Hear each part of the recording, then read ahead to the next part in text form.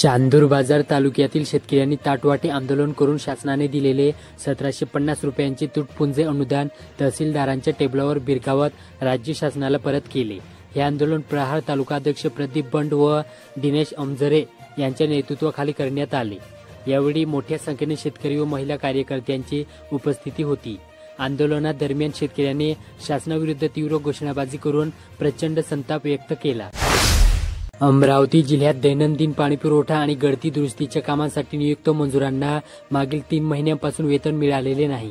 त्यामुळे थकीत देयके तातडीने देण्यात यावे, अन्यथा 10 ऑक्टोबर पासून पाणीपुरवठा संदर्भातील सर्व कामे बंद करण्याचा इशारा जिल्हा जीवन प्राधिकरण कंत्राटदार असोसिएशनने दिला। या संदर्भात महाराष्ट्र जीवन प्राधिकरण कार्यकारी अभियंता यांना मंगळवारी दिनांक 30 सप्टेंबर रोजी निवेदन देखील देण्यात आले। अमरावती जिल्ह्यात अंबानगरीचे आराध्य दैवत श्री अंबामाता व श्री एकविरा देवी यांच्या दर्शनासाठी नवरात्रात भाविकांचा जनसागर उसळला होता। 9 दिवसीय उत्साहात सकाळपासून रात्रीपर्यंत मंदिर परिसरात दर्शनार्थींची रांग अखंडित होती। याच सुमारास अंबाबाईच्या पुढ्यात भरलेल्या यात्रेतून कोट्यवधींची उलाढाल झाली। महिलांपासून लेकरांपर्यंत लाखो भाविकांनी देवीचे दर्शन घेत आशीर्वाद मिळवला। मंदिर परिसरात कोतवाली व राजापेठ पोलिसांची चोख तैनाती होती।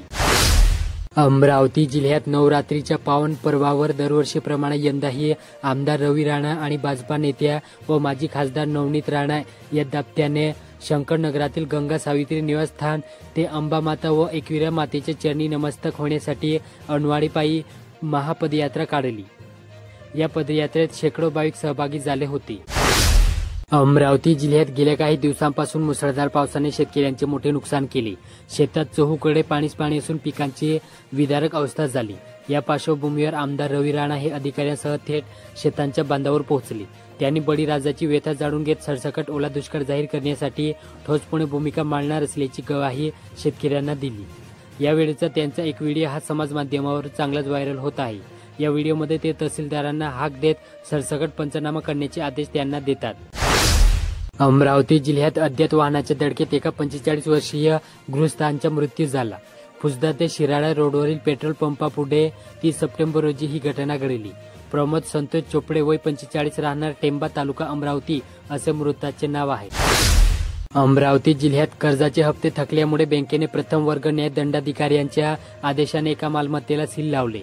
ते सील फोडून 3 जणांनी त्या मालमत्तेत अनधिकृतपणे प्रवेश केला। ते तेथे राहू लागले। नागपुरी गेट पोलीस स्टेशन हद्दीतील मौजे तारखेडा रतनगंज येथे ती घटना घडली। दर्यापूर तालुक्यातील माहुली दांडे गाडगेबाबा गोरक्षण संस्थेचे संस्थापक प्राध्यापक गजानन रामकृष्ण बारसाकडे यांच्या गोसेवा कार्यातील नाविन्यपूर्ण संशोधनाला भारत सरकारकडून कॉपीराइट मान्यता मिळाली। परतवाडा ते अंजनगाव सुरजी रोडवरील रामापूर टी पॉइंटवर झालेल्या अपघातात एका दुचाकी स्वाराचा मृत्यू झाला। गोपाल नारायण शनिवारे वय 35 राहणार वडगाव फत्तेपूर असे मृताचे नाव आहे। अमरावती जिल्ह्यात 8 दिवसापासून घरून बेपत्ता झालेल्या मूकबधीर मुलाचा मृतदेह त्यांच्या घराजवळील जुडपी जंगलात बुधवारी दुपारी आढळून आला। लोणी पोलिसांनी घटनास्थळ गाठत मृतदेहाचा पंचनामा केला। सुजल बंडू खंडारे वय 16 राहणार बेलोरा तालुका नांदगाव खंडेश्वर असे मृत मुलाचे नाव आहे। बडनेऱ्यातील अतुलपुरी हत्याकांडामध्ये मुख्य आरोपींना पळून जाण्यास सहकार्य केल्याचा आरोप असलेल्या एका विधी संघर्षित बालकाने चक्क महिन्याभरात मारेकरी होईपर्यंतची मजल गाठली।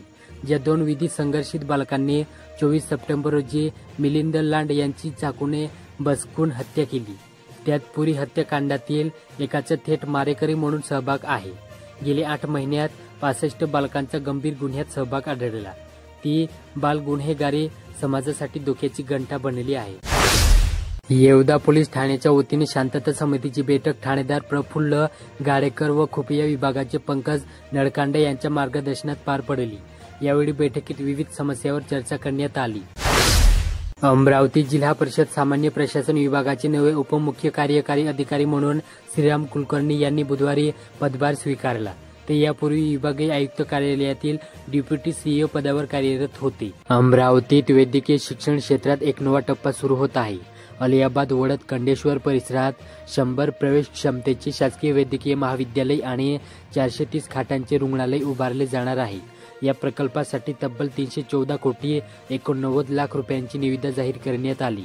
निविदा प्रक्रिया पूर्ण झाल्याने लवकरच प्रत्यक्ष कामाला सुरुवात होण्याची शक्यता आहे. चांदूर बाजार वलगाम महामार्गावर रस्त्याच्या कडेला असलेल्या परिपक्व झाडांच्या फांद्या तोडण्यासाठी वनीकरण विभागाची परवानगी घेऊन सार्वजनिक बांधकाम विभागाने ठेकेदाराला काम दिले होते. मात्र ठेकेदाराने हिरवेगार बांबडीच्या झाडांची सर्रास कत्तल सुरू केली.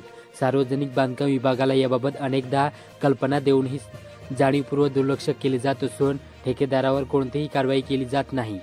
यामुळे उघडपणे झाडांची कत्तल सुरू आहे. भारत निवडणूक आयोगाच्या निर्देशनानुसार अमरावती विभागातील शिक्षक विधान परिषद मतदारसंघाची मतदार यादी 1 नोव्हेंबर 2025 या मुदतीवर आधारित नव्याने तयार केली जाणार. या निवडणुकीसाठी जिल्हाधिकारी आशिष येरकर यांनी दिलेल्या माहितीनुसार जिल्ह्यात एकूण 25 मतदान केंद्र असतील. यात पुरुष 6,958, स्त्रिया 3,428 असे एकूण 10,386 मतदार समाविष्ट आहेत. भारतीय हवामान खात्याच्या अंदाजानुसार बंगालच्या उपसागरात कमी दाबाचे क्षेत्र निर्माण झाले असून ते पश्चिम मध्य बंगालच्या उपसागरात सक्रिय आहे. हे क्षेत्र 3 ऑक्टोबरला आंध्र प्रदेश व ओडिशा किनारपट्टी ओलांडण्याची शक्यता आहे. यामुळे विदर्भात 3, 4 आणि 5 ऑक्टोबर रोजी सार्वत्रिक पावसाची शक्यता आहे. विदर्भातील अनेक ठिकाणी हलक्या ते मध्यम स्वरूपाच्या पावसाची नोंद होण्याची शक्यता वर्तवण्यात आली. शेतकऱ्यांना हवामान बदल, बाजारपेठेतील अस्थिरता आणि माहितीच्या अभावामुळे येणाऱ्या अडचणीवर मात करण्यासाठी कृषी विभागाने महाविस्तार AI ॲप विकसित केले. कृत्रिम बुद्धिमत्तेवर आधारित हे ॲप मराठी भाषेत उपलब्ध असून शेतकऱ्यांच्या त्यांच्या शेतीविषयक गरजांसाठी रिअल टाइम माहिती, तज्ज्ञांचा सल्ला आणि आधुनिक शेती पद्धतींचे मार्गदर्शन एकाच ठिकाणी पुरवते. अमरावती जिल्ह्यात माजी मंत्री यशोमती ठाकूर यांनी राज्य सरकारवर जोरदार हल्लाबोल केला. त्यांनी म्हटले आहे की निसर्गाने अडवलेल्या संकटापेक्षा शेतकऱ्यांच्या डोळ्यातून आसुवांचा महापूर वाहतो. सर्वस्व उद्ध्वस्त झालेल्या शेतकऱ्यांचे पुनर्वसन करण्याची सरकारची जबाबदारी असताना सरकार मात्र आपल्या बंगल्यात लाखो रुपयाचे फर्निचर सजवण्यात व्यस्त आहे, असा आरोप त्यांनी केला. शासनामार्फत राबवण्यात येत असलेल्या जन आरोग्य योजनेतून समाजातील गरजू व्यक्तींना आरोग्य सेवा पुरवल्या जातात. आयुष्यमान भारत, प्रधानमंत्री जन आरोग्य योजना आणि महात्मा ज्योतिराव फुले जन आरोग्य योजना यासारख्या योजनांतर्गत प्रति कुटुंब दरवर्षी 5 लाखांपर्यंत मोफत उपचार दिले जातात. अकोला जिल्ह्यात ही योजना यशस्वीपणे राबवली जात असून आतापर्यंत 62,000हून अधिक रुग्णांनी याचा लाभ घेतला. या योजनेअंतर्गत 284 कोटी रुपयांची बिले मंजूर करण्यात आली आहे. अमरावती महानगरपालिका क्षेत्रातील अनुसूचित जाती व नवबद्ध घटकांतील 2,000 लाभार्थ्यांना रमाई आवास योजनेच्या दुसऱ्या टप्प्यातील अनुदान न मिळाल्याने त्यांची घरकुल अर्धवट होती.